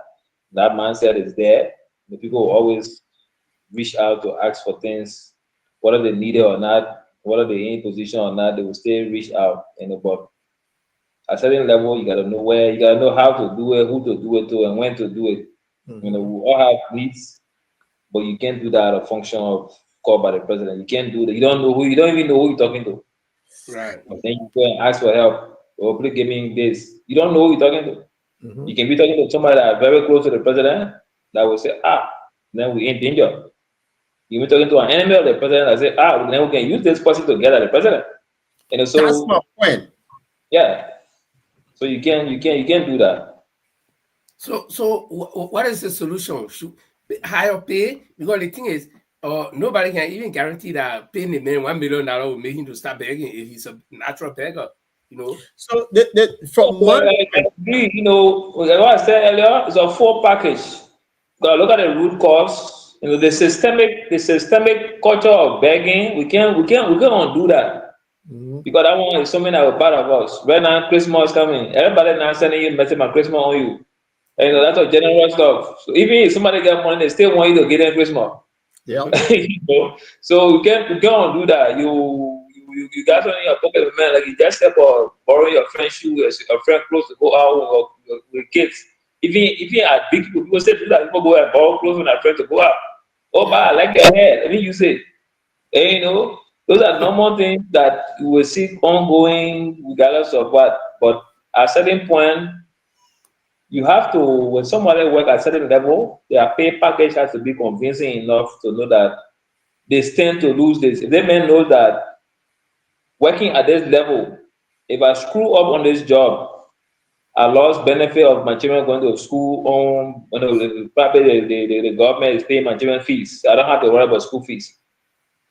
Housing allowance is being paid. I don't have to worry about that. If I don't have my own house, I know that the government paying that for me. I got access to vehicle or the transportation to be able to move through and through. I don't have to struggle to get to work or leave work after a certain hour.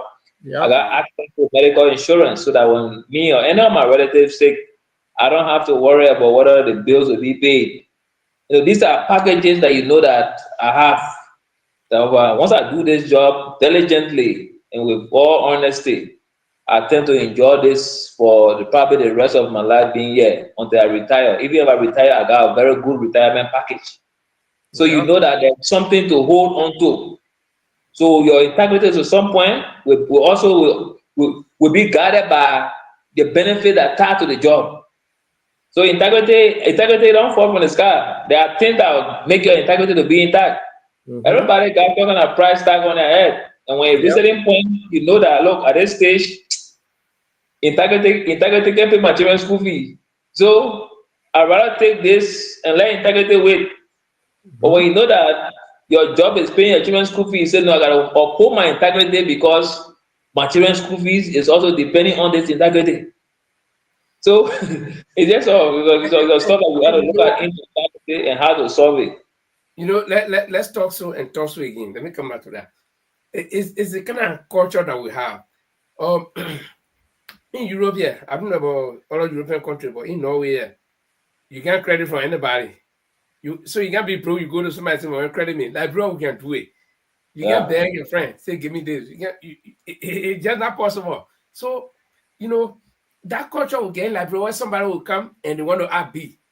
Oh, my man, come for something, man. So you do it to me one day, the next I say, oh, that probably that the other day I got give me $10, my man. I'll ask him again. Then you know, so all these things right now. I even know how to get money from somebody. That somebody give me money. I don't know. You know, when I'm broke, I'm broke. Okay, because there's no way that somebody will give me money. That's something that never happened for a very long time before I left Liberia or after I left Liberia. So I'm not used to it. That's why every time I go to Liberia, when people ask me for money, I'm like, why? Yeah, because I remember one time, you know, I used to send money to my brothers and sisters who were in school and things when I came newly. And I used to travel 3 hours every time. Every weekend when I get paid, I ask my boss, can I go tomorrow to Oslo, 3 hours from my place to and my boss, I mean, why you always going to do Oslo every weekend? You let club? And I said, no. So I said, I go send money to my family. She said, they're working for you? I said, they only get 2 children. All 2 of them will all working together. So I told her, I said, you know what? You and your 2 children will all work here in the same company. They're getting their own money. You're getting your own money. So you don't know what it takes for me to support my family. Not that they're working for me. She said, but the money you're working for, why you take it go to them? I said, yeah, they already understand. So you see, the thing is, our culture is just unique. And like I said, some of those boys may not be doing it with any intention, but they may come from where you get $5. Maybe you pay $2 to come to where you still get $3. You're thinking that $3, I'll pay $2 to go back home. $1, I'll leave it with my children. So if they person, I see Paul, I know Paul can help me. So Paul, please give me something, man. Paul, give me $10. I'm a blessing. That he not unconsciously, he doesn't see the danger. You know what I mean? So I think sometimes Linford, I agree with you. I agree with you because these guys over there, they may not look at it the way we're looking at it. Yes. And for them, that is fine. But you see, Fobi said something. If you have a good package for these people, if you lay out a good package, and then when it goes wrong, before you do something, say that you think about all of the things. Then every year, maybe they get a thing where they get pay rise that will encourage them. Oh, in January, my money going to go up by 10% or something. So they're going to work with pride. They're happy. You see, I grew up right in Jalatan. I wanted to join the SSS because the way they used to dress, they were so unique. Yeah. Then you see them, you say, yeah, I grow. I want to join the SSS because they respect those people hard. But now they think just looking something away, and Liberia just a blessed country. They got there, they run balls, they didn't get time. Yeah, Liberia is blessed and safe. And Fobi said that we are blessed. You know, if you go to Africa Coast, where you see money changer, right in Moreover, there get some plenty. You can't find that nonsense in Africa Coast. When a bandit come for you, you're gone. You will not see that in Nigeria. So we just blessed, that's all. Because the way things are in Liberia is easy to penetrate the security services easily. The guys are underpaid. They can be influenced by anything. I'm being honest. Yeah.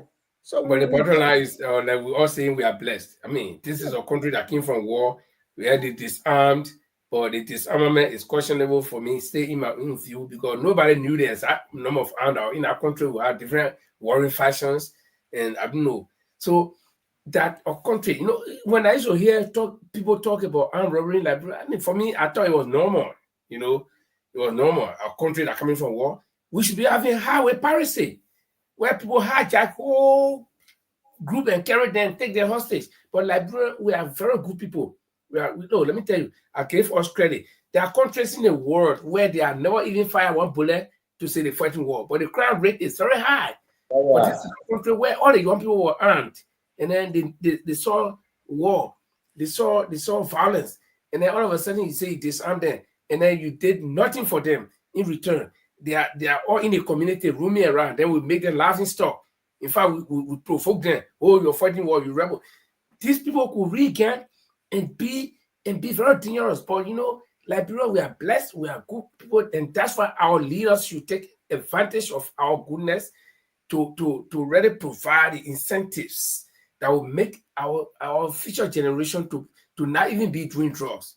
You see, but nobody's looking at that. Nobody's looking at the danger that lies ahead of this drug pandemic that we're having now. People looking at it and laughing at them. But a whole generation is being destroyed.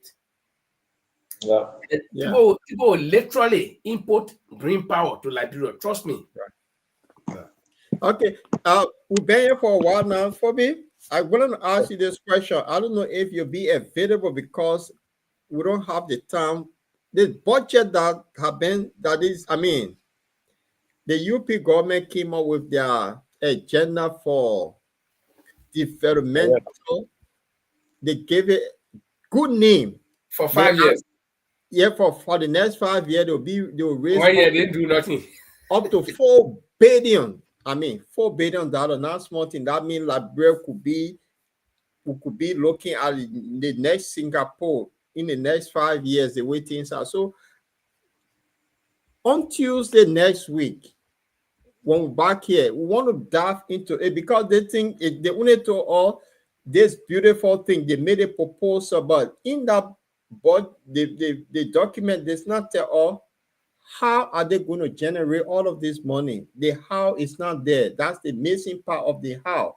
So we want to look at the thing. If you're available on Tuesday, we want to dive into a little bit the arrest agenda for this new thing that is coming always, which sounds very good. Although in 12 months they came up with the development plan instead of from day one, they should have come up with that. So we can dive into that on Tuesday and see how these people are going to generate the full, because you're a finance person, so you may talk to or go how possible for them to generate $4 billion in the next 5 years. So it's something that we need to look at, that new proposal they came up with. But John on Tuesday. Just remind me, we will come. Yeah. Yeah, so it's already late here, so remind me. Great. My thought before we close on this EPS taking bribe from begging money. Linford, the reason why I stress on it, we know that going back to Fanatic Kofa, the two houses, the house is divided, where people they accuse the executive of pumping money into the majority block. And then you find out that you have EPS guys that are sitting down there that compromise because they beg for money. You don't think if somebody want to be evil that will have this grudge for somebody and they could use the EPS? That's my thought, guys. I just looking at it from the very bad side. Not all of these things that will beg money, but people can be very evil. And I think the government should take cue from this one and see how they can improve the lives of those people, give them better incentive, let them do the right thing so things can go back. So yeah, guys, let's close up. Phoebe? Before we close up, I will go back to the Fanatic Kufa thing again, or the horse thing again. And there is one particular legal terminology or legal phrase that caught my eye in the very last paragraph. It says, wherefore, and in view of the foregoing, any settings or actions by members of the legislature not in conformity with the intent of Articles 33 and 49 of the Constitution are ultra vires. And if you define ultra vires, it tells you that it is a Latin term meaning beyond the powers.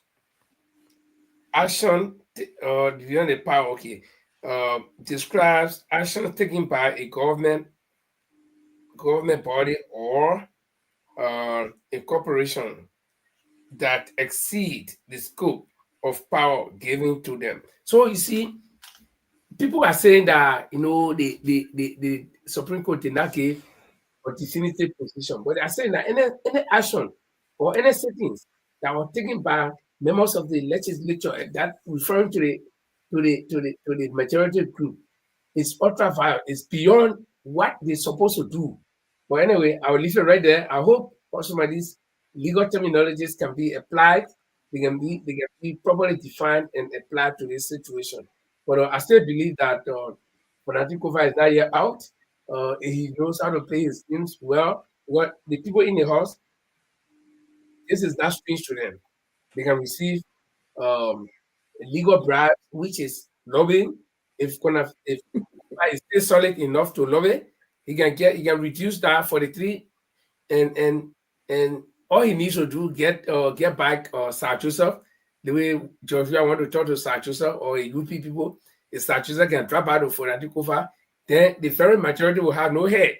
That means they gotta go elect a new, all the kind of thing. So all that thing that a waste of time. Fernando Kova can still gain ground. So we're hoping that he can. And my main purpose is that no group of guys will just take like somebody, 10 people gather and go in the market and gather signature of 10,000 people and say, okay, we want to remove the president today. Okay.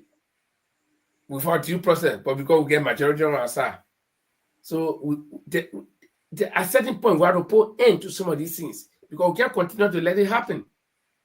And like I said before, if we're down water side and see two drunken king Jews, people who are drunk with king Jews doing anything here, we're not power more there, but are people who we elected to represent us.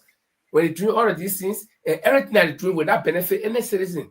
It's all about themselves. Removing Kofa, it's all about, okay, he did this, so we don't want him to be there to be enjoying the immunity. So let's put a new person there. How does that benefit? My own representative from my district number 1 in Ponkate is involved. How does that benefit us? How does that benefit me, my village? No. So we got to put status to some of these things. And I will stand with Kofa even when he resigned. If he was carrying his letter of resignation around, I would sign it. Yeah, Kofa resigned. I agree. At least he resigned. But again, it was a good show. I want to say thank you to the honorable, almost representative, Mr. Henrys. One day we're hoping that he can get in that seat and you'll be inside the house and you'll see how some of these things unfold. So thanks for being with us and our viewers. Just to under the last point you make on the last paragraph, the Supreme Court said it didn't refer to the majority. It didn't refer to the minority. It said members of the House of Representatives acting outside of Article 33 and 49, or stepping beyond their bounds. Yeah. If they are doing so, then they should act accordingly. They didn't say the majority. Both groups. Yeah, so it's for both of them. Is any one of them violating their actions against those two articles, then they should act accordingly. So, but if you look at it, what you're supposed to do. Yeah, so you'll go back and you'll go face your issue. We got sit inside. But if you look at it critically, you ask the majority bloc, they have their sitting as majority. The Article 33 gave them the right to sit as majority. When you go to the same Article 49, it talks about the speaker or the deputy speaker can preside. The majority bloc sitting was presided over by the deputy speaker before they finally had the resolution to vote Kofa out and put in Skun. So those two actions didn't violate Article 33 because the Constitution gave them the right to assemble and do business as majority, and they also gave them the right to have the deputy speaker as presiding officer. So they are not acting outside of those two. So it doesn't apply. So that's why I said, and that's why they say, you go solve your problem. Because you got to make the law how to compel. The Supreme Court cannot compel the legislature to consider under your gavel of authority. So they're your job. They didn't pass any law to compel them. How you expect us now to do that? It's against the separation of power. So go face your issue. Okay. but thanks. And we look forward to more of these shows. Anytime invite me, we'll come, we'll talk. Yeah. Thanks so much, Phoebe. This is good. I mean, we're getting to know something, and I hope that the next time, look, we need smart people in the house there, because we know that guys in the play, they don't even know their function in the house, because people not learning civics anymore in schools in Liberia. So people who goes to the house supposed to do the right thing for the people, but it's all about loving me.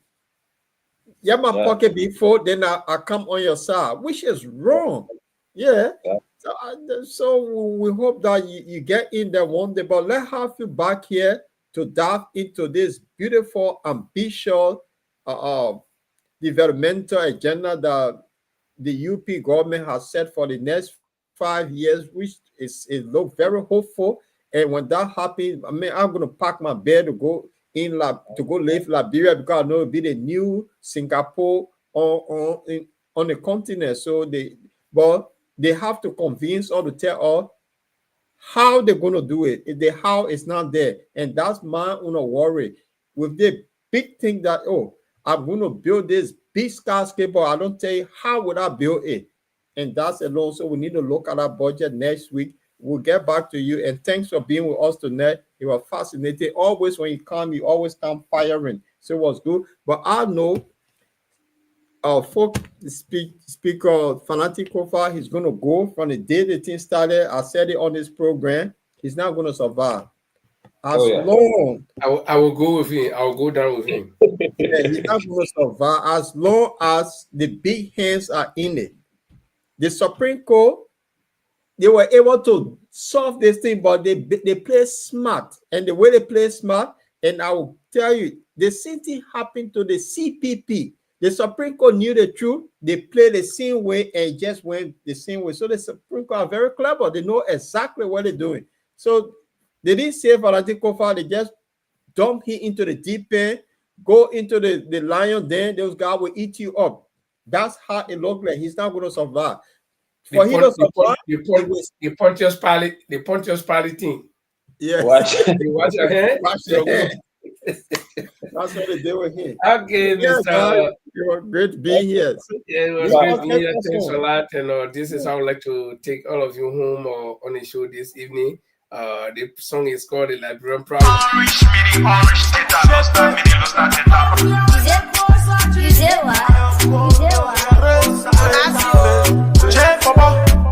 I go to my uncle place. He telling me, you know, he say, oh. I go to my auntie place. He telling me, you know, he say, oh. That who I will complain to, but my uncle ain't complaining. That who I will complain to, but my uncle ain't